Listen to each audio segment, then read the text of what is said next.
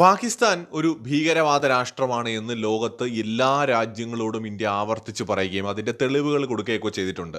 അപ്പോൾ പാകിസ്ഥാൻ നടത്തുന്ന ഭീകരവാദം ഇന്ത്യ ഇങ്ങനെ തുറന്നു കാട്ടിയതോടെ പാകിസ്ഥാൻ ഇതിനൊരു മറുതന്ത്രം ഇന്ത്യക്കെതിരെ പയറ്റാൻ തീരുമാനിച്ചു.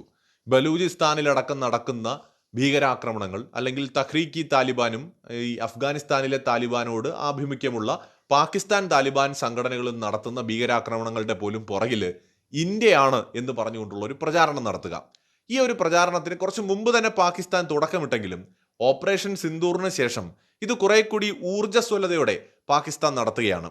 ഇപ്പൊ ഏറ്റവും ഒടുവിൽ വസീറിസ്ഥാനിലെ ചാവേർ ബോംബ് ആക്രമണത്തിന്റെ പുറകിൽ ഇന്ത്യയാണ് എന്ന് പാകിസ്ഥാന്റെ സൈന്യം തന്നെ ആരോപിക്കുന്നു.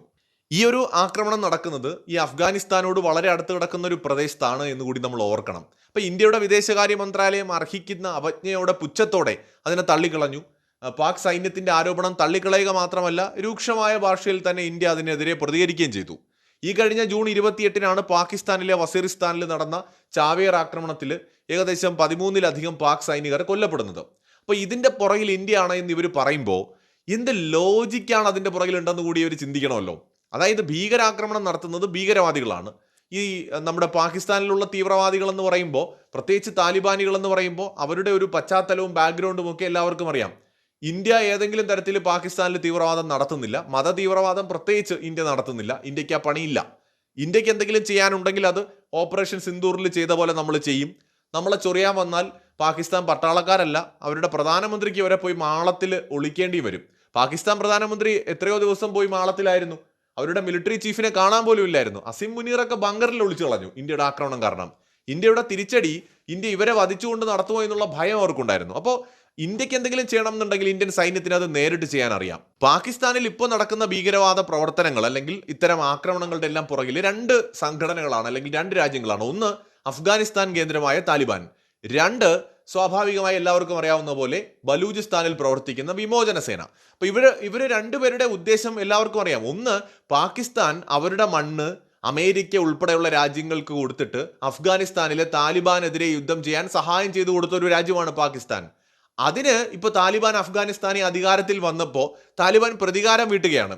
രണ്ട്, താലിബാൻ പറയുന്ന അനുസരിച്ച് അഫ്ഗാനിസ്ഥാന്റെ പല പ്രദേശങ്ങളും ഇപ്പോഴും പാകിസ്ഥാന്റെ കയ്യിലാണ്.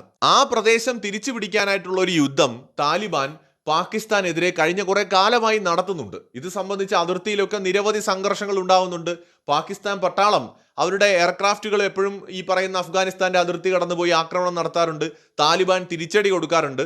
ഇതിന്റെ ഒപ്പം തന്നെ താലിബാൻ എന്ത് ചെയ്യുന്നു എന്ന് വെച്ചാൽ ഈ തഹ്രീക്ക് താലിബാൻ എന്നൊക്കെ പറയുന്ന പോലത്തെ കുറെ താലിബാൻ അനുകൂല സംഘടനകൾ, അഫ്ഗാൻ താലിബാന്റെ പാകിസ്ഥാൻ വെർഷൻ, അങ്ങനെയുള്ള സംഘടനകൾക്ക് സപ്പോർട്ട് താലിബാൻ കൊടുക്കുന്നുണ്ട്. ഈ സപ്പോർട്ട് ഉപയോഗിച്ചിട്ടാണ് ഇവര് നിരന്തരമായിട്ട് പാകിസ്ഥാന്റെ ഉള്ളിൽ ആക്രമണം നടത്തുന്നത്. ബലൂചിസ്ഥാനിലെ കേസ് വേറെയാണ്. അവിടെ ബലൂചിസ്ഥാനിൽ ഒരുപാട് സഹായം അവർക്ക് ബലൂചിസ്ഥാനിലെ പാകിസ്ഥാനെതിരെ ഫൈറ്റ് ചെയ്യുന്ന പോരാളികൾക്ക് കിട്ടുന്നുണ്ട്. അപ്പൊ അതിനും കാരണമുണ്ട്. ബലൂചിസ്ഥാൻ ഒരു സ്വതന്ത്ര രാജ്യമാണ്. അതിനെ പാകിസ്ഥാൻ ഈ ജമ്മു കാശ്മീരിന്റെ ഭാഗം കൈപ്പിടിയിൽ വെച്ചിരിക്കുന്ന പോലെ അനധികൃതമായി കയ്യേറി വെച്ചിരിക്കുകയാണ്. അപ്പൊ അതുകൊണ്ട് അവർ അതിനെതിരെ ഫൈറ്റ് ചെയ്യുന്നു. അപ്പൊ ഇത് രണ്ടും സ്വാഭാവികമായി പാകിസ്ഥാനെതിരെ നടക്കുന്ന ആക്രമണങ്ങളാണ്. അതിനെ പാകിസ്ഥാൻ ഭീകരവാദമായിട്ടാണ് കാണുന്നത്. അത് അവരുടെ കാര്യം. പക്ഷെ അതിൽ ഇന്ത്യക്ക് എന്താണ് കാര്യം? താലിബാനും പാകിസ്ഥാനും തമ്മിലുള്ള പ്രശ്നത്തിൽ നമുക്കെന്താണ് കാര്യം? നമുക്കതിനകത്ത് യാതൊരു റോളുമില്ല. പക്ഷേ ഇന്ത്യയുടെ പേര് വലിച്ചിഴയ്ക്കുന്നത് ഇന്ത്യ പാകിസ്ഥാന്റെ ഭീകരവാദ പ്രവർത്തനങ്ങൾ തുറന്നു കാട്ടിയത് കൊണ്ടുള്ള ഒരു പാകിസ്ഥാന്റെ പ്രതികാര നടപടിയാണ്. എന്നാൽ ഇവിടെ അത് വിലപ്പോയില്ലെന്ന് മാത്രമല്ല, ഇന്ത്യ പച്ചയ്ക്ക് ചോദിച്ചു, അഫ്ഗാനിസ്ഥാന്റെ അതിർത്തിയിൽ താലിബാൻ നടത്തിയ ആക്രമണത്തിൽ, അതായത് പാക് താലിബാൻ നടത്തിയ ആക്രമണത്തിൽ ഇന്ത്യയെ ബ്ലെയിം ചെയ്യുന്നതിന് മുമ്പ് മിനിമം ബോധം അതിനെക്കുറിച്ച് ചിന്തിക്കാൻ പാകിസ്ഥാനിൽ ആർക്കും ഇല്ലേ എന്ന് ഇന്ത്യ അവരോട് ചോദിച്ചു. എന്ന് വെച്ചാൽ ഇന്ത്യ കൃത്യമായിട്ടും പറഞ്ഞു, ഇന്ത്യക്ക് ഇതിലൊരു പങ്കുമില്ല, ഉണ്ടെങ്കിൽ നിങ്ങൾ തെളിയിക്കെന്ന് ഇന്ത്യ വെല്ലുവിളിച്ചു. ഇന്ത്യ ഇസ്ലാമിക ഭീകരവാദത്തെ എവിടെയും സപ്പോർട്ട് ചെയ്യുന്നില്ല. ഇന്ത്യ ഏതെങ്കിലും ഒരു ഭീകരവാദ സംഘടനയെ വളർത്തിയതായിട്ടോ അവർക്ക് ആയുധങ്ങൾ കൊടുക്കുന്നതായിട്ടോ ഈ ഒരു തെളിവും ലോകത്തില്ല. എന്നാൽ പാകിസ്ഥാൻ ഇത് രണ്ടും ചെയ്യുന്നതിന് തെളിവുകൾ ഒരുപാടുണ്ട് താനും. അപ്പൊ അതുകൊണ്ട് തന്നെ പാകിസ്ഥാന്റെ ഈ ഒരു ശ്രമം ഈ ഘട്ടത്തിൽ പാളിപ്പോയി. പക്ഷെ ഇനിയും അവർ ശ്രമിക്കും കേട്ടോ. എന്ന് വെച്ചാൽ ഇന്ത്യയാണ് പാകിസ്ഥാനിൽ ഭീകരാക്രമണം നടത്തുന്നത് എന്ന് എങ്ങനെയെങ്കിലുമൊക്കെ വരുത്തി തീർക്കാൻ അവർ ശ്രമിക്കും. പക്ഷെ ഇത് വർക്കൗട്ട് ആവില്ല. കാരണം ഇന്ത്യക്ക് അങ്ങനെ ഒരു രീതിയില്ല. ഇന്ത്യ ഗവൺമെന്റ് ഒരു മത ഭീകരവാദത്തെയും സപ്പോർട്ട് ചെയ്യുന്നില്ല. ഇസ്ലാമിക മത തീവ്രവാദത്തെ ഒട്ടും സപ്പോർട്ട് ചെയ്യില്ല. ഇനിയിപ്പോൾ ഹിന്ദുത്വ ഭീകരവാദമായിക്കോട്ടെ, അല്ലെങ്കിൽ ക്രിസ്ത്യൻ ഭീകരവാദമായിക്കോട്ടെ, സിഖ് ഭീകരവാദമായിക്കോട്ടെ, ഒരു തരം ഭീകരവാദത്തെയും സപ്പോർട്ട് ചെയ്യുന്ന ഒരു ചരിത്രം ഇന്ത്യക്കില്ല. അപ്പൊ അതുകൊണ്ട് പാകിസ്ഥാൻ നല്ലപോലെ വിയർക്കും. ഒരു തരത്തിലും അവർക്ക് ഇന്ത്യ ഇതിൽ കണക്ട് ചെയ്യാൻ പറ്റില്ല. പക്ഷെ അവര് ട്രൈ ചെയ്യുവാണ്. അവരുടെ ആ ഒരു കുറേ കാലമായിട്ട് അവർ നടത്തുന്ന ഒരു വ്യാജ പ്രചാരണമുണ്ടല്ലോ. അതിപ്പോൾ ഓപ്പറേഷൻ സിന്ദൂറിന്റെ പശ്ചാത്തലത്തിലടക്കം അവർ നടത്തിയിട്ടുള്ള ഒരുപാട് വ്യാജ പ്രചാരണങ്ങളുണ്ട്. അതിലൊന്ന് മാത്രമാണ് ഇപ്പോൾ ഈ കാണിക്കുന്നത്. മറ്റൊരു വീഡിയോയുമായി വീണ്ടും വരാം.